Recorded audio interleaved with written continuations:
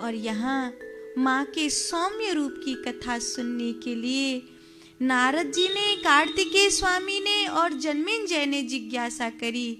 जन्मेंजय ने वेदव्यास जी से जिज्ञासा करी कि आपने माँ की उग्र कोटि रूप की तो बहुत कथा सुनाई, अब माँ के सौम्य रूप की कथा सुनाए।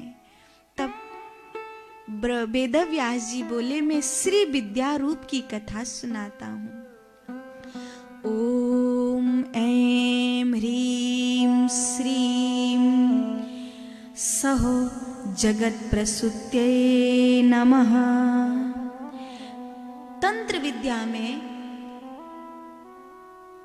जो देवी सरस्वती का रूप है वो मातंगी है। जब तंत्र विद्या के आधार पर माँ सरस्वती की सिद्धि कोई करता है तो 10 महाविद्याओं में मातंगी को भजता है। श्री विद्या की उपासना करते हुए मनुष्य कमला को श्री सूक्त आदि से यजन करता है। माँ के अनेक मंत्र हैं। ह्रीं, ये माँ का बीज है। ह्रीं श्रीं कमले कमलालये प्रसीद प्रसीद। ह्रीं श्रीं महालक्ष्म्यै नमः। ह्रीं श्रीं कमले कमलालये ह्रीं श्रीं महालक्ष्म्यै नमः। हिरण्यवर्णां हरिणीं स्वर्णरजसस्रजां चन्द्रां हिरण्मयीं लक्ष्मीं जातवेदो म आवह तामावह जातवेदो लक्ष्मीमनपगामिनी यस्यां हिरण्यं विन्देयं गामश्वं पुरुषानहम्। धान्य से, जौ से, दाख से, केला के फल से इनकी पूजा करी जाती है। माता लक्ष्मी उस गृहिणी पर कृपा करती हैं जो अपने सुहाग के सिंगार कभी उतारती नहीं है। सिंदूर सुहाग का चिन्ह है। कभी भी गीला सिंदूर मांग में नहीं भरना चाहिए। आजकल माताएं लिपस्टिक जैसा सिंदूर लगाने लगी हैं। बिल्कुल माथे पर थोड़ा सा लगा लेती आगे आगे देखकर, बस इतना ही काफी है।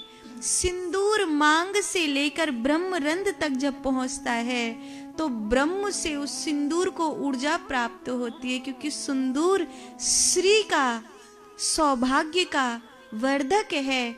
इसीलिए कहते हैं कि जब श्री लक्ष्मी जी को, श्री भगवती पार्वती जी को कोई सुहागन नारी प्रसन्न करती है तो सिंदूर और मेहंदी चढ़ाती है, बिंदिया चढ़ाती है। माँ को प्रसन्न करने के लिए नारियल के संग चुनरी चढ़ाती है, क्योंकि ये सौभाग्य का चिन्ह है। सौभाग्यवती नारी खुले बाल करके डोले तो अपशगुन माना जाता है।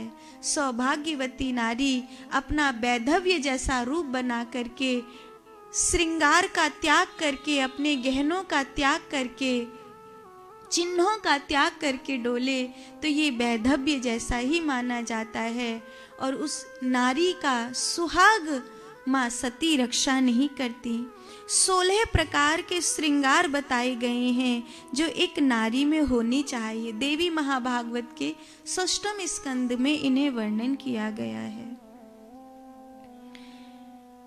पवित्रतमा मधुरभाषी, बड़ा प्यारा श्लोक है। कहा है कि कैसी होनी चाहिए? बोले पवित्रतमा होनी चाहिए, मधुरभाषी होनी चाहिए, उस नारी के भीतर क्षमा होनी चाहिए, दया होनी चाहिए, करुणा होनी चाहिए, शांति होनी चाहिए, अहंकार शून्यता होनी चाहिए, लज्जा होनी चाहिए, नियम परायणता होनी चाहिए। ऐसा नहीं है कि कभी भी सो रही है, कभी भी जग रही है। आजकल बहुत सारे घरों में इसी बात पर खटपट होती है कि अब सासू कहेगी कि इतने बजे तक मत सो, जब तक तो सासू झाड़ू वाड़ू लगा के सब रसोई साफ करके नहा धो के भी अपना ठाकुर जी का भोग भी बना ली, तब तो बहू जगी है। अब एक ही उपाय है, या तो कुछ बोलो नहीं, नहीं तो बहू नाराज हो जाएगी, और कुछ बोलो तो वैसे नाराज हो जाएगी। तो नियम परायणा होना चाहिए सुहागन नारी को, उसमें विवेक होना चाहिए, मातृत्व होना चाहिए। जब से नारी में से मातृत्व गया है, तब से देवी का जो अस्तित्व है नारी के भीतर से वो कम हुआ है। बालक पैदा कर देती हैं, पर पालती आया है, पालती नौकरानी है, स्वयं नहीं पाल सकते, स्वयं नहीं देख सकते, करुणा नहीं है, ममता नहीं है। तो मातृत्व होना चाहिए। और कैसी होनी चाहिए? बोले सदाचारिणी होनी चाहिए, संयमी धीर गंभीर होनी चाहिए, सेवा भावी होनी चाहिए। ये एक नारी के 16 श्रृंगार हैं। सुरुचिषो मन्वन्तरे पूर्वं सुरुथो नाम पार्थिव बभूवो परमोद्धार प्रजापालन तत्परः। एक राजा की कथा सुनाता हूँ, ऐसा कहकर वेद व्यास जी ने सुरुचिस मनवंतर में एक सुरथ नाम के राजा हुए थे। कोला नाम के या कोल भीलों ने जो आक्रांता थे, उन्होंने उसके राज्य को घेर लिया था। वो लोग मंत्रियों से मिल गए और राजा के ही जो लोग थे उनको ही अपने पक्ष में लेकर राजा को हारने के लिए मजबूर कर दिया। और जब सब प्रकार से राजा हार गया तो अपने प्राण बचाने के लिए भागना ही एकमात्र उपाय दिखा। राजा अपने प्राण बचाने के लिए भागा, पर बड़ी ग्लानि में भागा कि देखो हाय हाय, म्लेच्छों के हाथों में अपने राज्य को खो बैठा हूं, म्लेच्छों के हाथों में अपने परिवार बंद।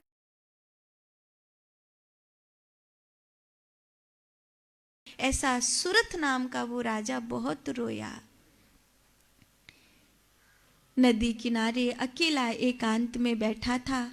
अक्सर लोग जब दुखी होते हैं तो एकांत चुनते हैं, सुखी होते हैं, खुश होते हैं तो भीड़ चुनते हैं। हृदय जब उदास होता है, आंसुओं से भरता है, तो एकांत चाहता है, कोई न हो उस समय, मैं हूं और मेरे भगवान हूं। कई बार लोग कहते हैं कि रोना कमजोरी की निशानी है, पर रोना कमजोरी की निशानी नहीं है। सच तो ये है कि जिसके पास जीवित हृदय है, जिसके पास अपनी योग्यता को पाने की तड़प है, अपने लक्ष्य को पाने की लगन है, उसके पांव जब प्रकृति के द्वारा रोक दिए जाते हैं तो उसकी आंखों से आंसू बहते हैं। दुनिया जब सब ओर से थकाती है तो भरा हुआ हृदय रोता है। कभी कभी दुख में और कभी कभी सुख में भी आंखें झलक जाती हैं। राजा सुरथ एक दृश्य को देखने लगे कि वहां हिरन, सिंह, नंदी सब एक साथ पानी पी रहे हैं। ये कैसा गांव है?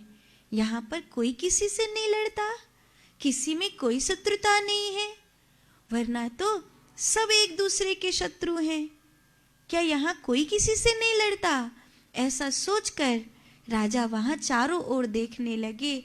तभी भोर हो आई, सूर्य उदय हुआ और कानों में वेद मंत्र सुनाई देने लगे। हवन की सुंदर सुगंध नासापुट में आने लगी। राजा उस मंत्रों की आवाज को ढूंढते हुए पहुंचा तो पेड़ों के बीच में घिरा हुआ एक आश्रम था और वहां पर समाधि नाम के, सुमेधा नाम के एक ऋषि रहा करते थे। राजा ने वहां पहुंचकर अपना परिचय दिया। सुरथो नाम राजा हम शत्रु विश्व पराजितः। मैं एक सुरथ नाम का राजा हूँ, चक्रवर्ती सम्राट कहलाता था, पर म्लेच्छों के द्वारा मेरे ही मंत्रियों की गद्दारी से मैं हार चुका हूँ। अब मैं अत्यंत दुखी हूँ और मेरा कोई सहारा नहीं है। यहाँ मैं अपने परिवार, घर द्वार सब को छोड़ करके आया हूँ। सुमेधा ऋषि कहते हैं, राजन, संतों की झोंपड़ी में बहुत ऐसो आराम वाला सुख तो नहीं मिलेगा, लेकिन यहाँ पर 2 रोटी की कमी नहीं होगी। राजन, तुम यहाँ निसंक होकर के रह सकते हो। राजा वहीं पेड़ के नीचे सो जाता था।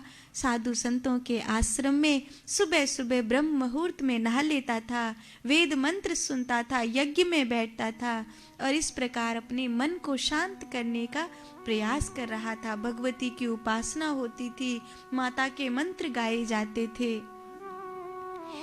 ऐसे दिन बीतते चले गए। तभी राजा ने देखा कि मेरे साथ साथ इस जंगल में एक आदमी और है और वो भी बेचारा बड़ा उदास और रोता हुआ रहता है।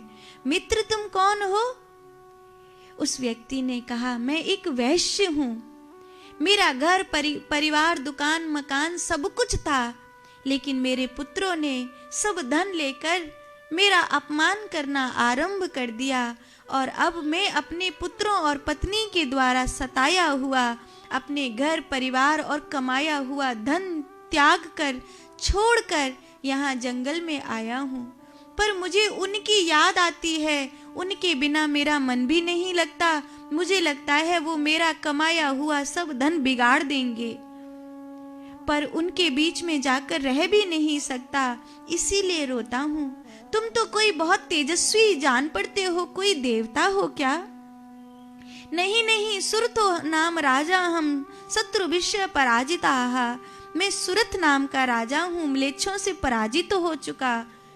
अपने जीवन की रक्षा के लिए यहाँ सुमेधा नाम के एक महात्मा रहते हैं, उनके आश्रम में सेवा करता हूँ। चलो हम मुनि से पूछेंगे कि हमारा दुख दूर कैसे होगा। गए और पास बैठकर कहने लगे, जानामिदं जगत् भ्रांत स्वप्नवत् सर्व एव हि, जानतोऽपि मन भ्रांत न स्थिरं भवति ध्रुवम्। जानामिदं जगत सर्वम, मैं जानता हूँ कि ये जो पूरा संसार है, स्वप्नवत् सर्व एव हि, ये संसार स्वप्नवत है। जानतो भी मन भ्रांत, जानते हुए भी मेरा मन भ्रांति में पड़ा हुआ है। और न स्थिरम भवति ध्रुवम, ये स्थिर नहीं होता, रोता है। ये देखो वैश्य, जिन बेटों ने इसे भगा दिया, उन्हीं बेटों के लिए रोता है। जिन मंत्रियों ने मेरे साथ गद्दारी करी, मुझे उसी राज्य में जाने की चाह क्यों होती है? तब सुमेधा नाम के ऋषि बोले कि यही माया है, यही माया है। माया वसम जगत सर्वम, ये जो पूरा ब्रह्मांड है, ये सब माया के हाथ में है। सबई नचावत राम गुसाई, बस यूं समझो कि ये पूरा संसार एक खिलौना है और परमात्मा खेल रहा है। तो गुरुदेव उपाय क्या है? जाओ भगवती की उपासना करो, नवरात्रि का व्रत करो और सब देवता तुम्हारी सहायता करेंगे। सुरत और समाधि दोनों ही सुमेधा नाम के मुनि ने जो जो बताया उस तरह से उपासना करने लगे। इन्होंने पहले ही वर्ष में जो माता का व्रत किया उसमें जायफल की आहुति दी, दाख की आहुति दी, आंवला की आहुति दी, केले की आहुति दी, खांड, घी, गेहूं, शहद, जौ, तिल, बिल्व, नारियल, कदम्ब, खीर की आहुति देकर इन्होंने माता को प्रसन्न किया।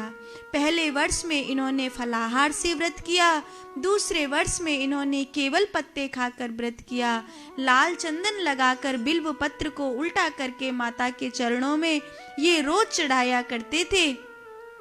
और तीसरे वर्ष में तो इन्होंने कहा कि अगर जगदम्बा प्रसन्न नहीं होंगी तो हम तो अपने शरीर को ही स्वाहा कर देंगे।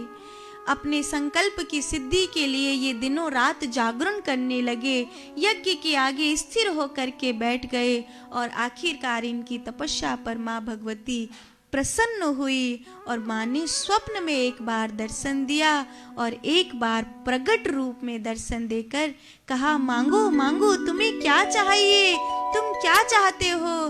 तब इन दोनों ने, जो सुरथ नाम के राजा थे, उसने अपना राज्य मांगा। माँ ने कहा स्थिरो भवती, और जो समाधि था उसने तो माँ से ज्ञान मांगा, उसने तो माँ से उनकी कृपा मांगी। माँ अब मैं संसार में भटकना नहीं चाहता, माँ तू मुझे अपनी शरण में ले ले।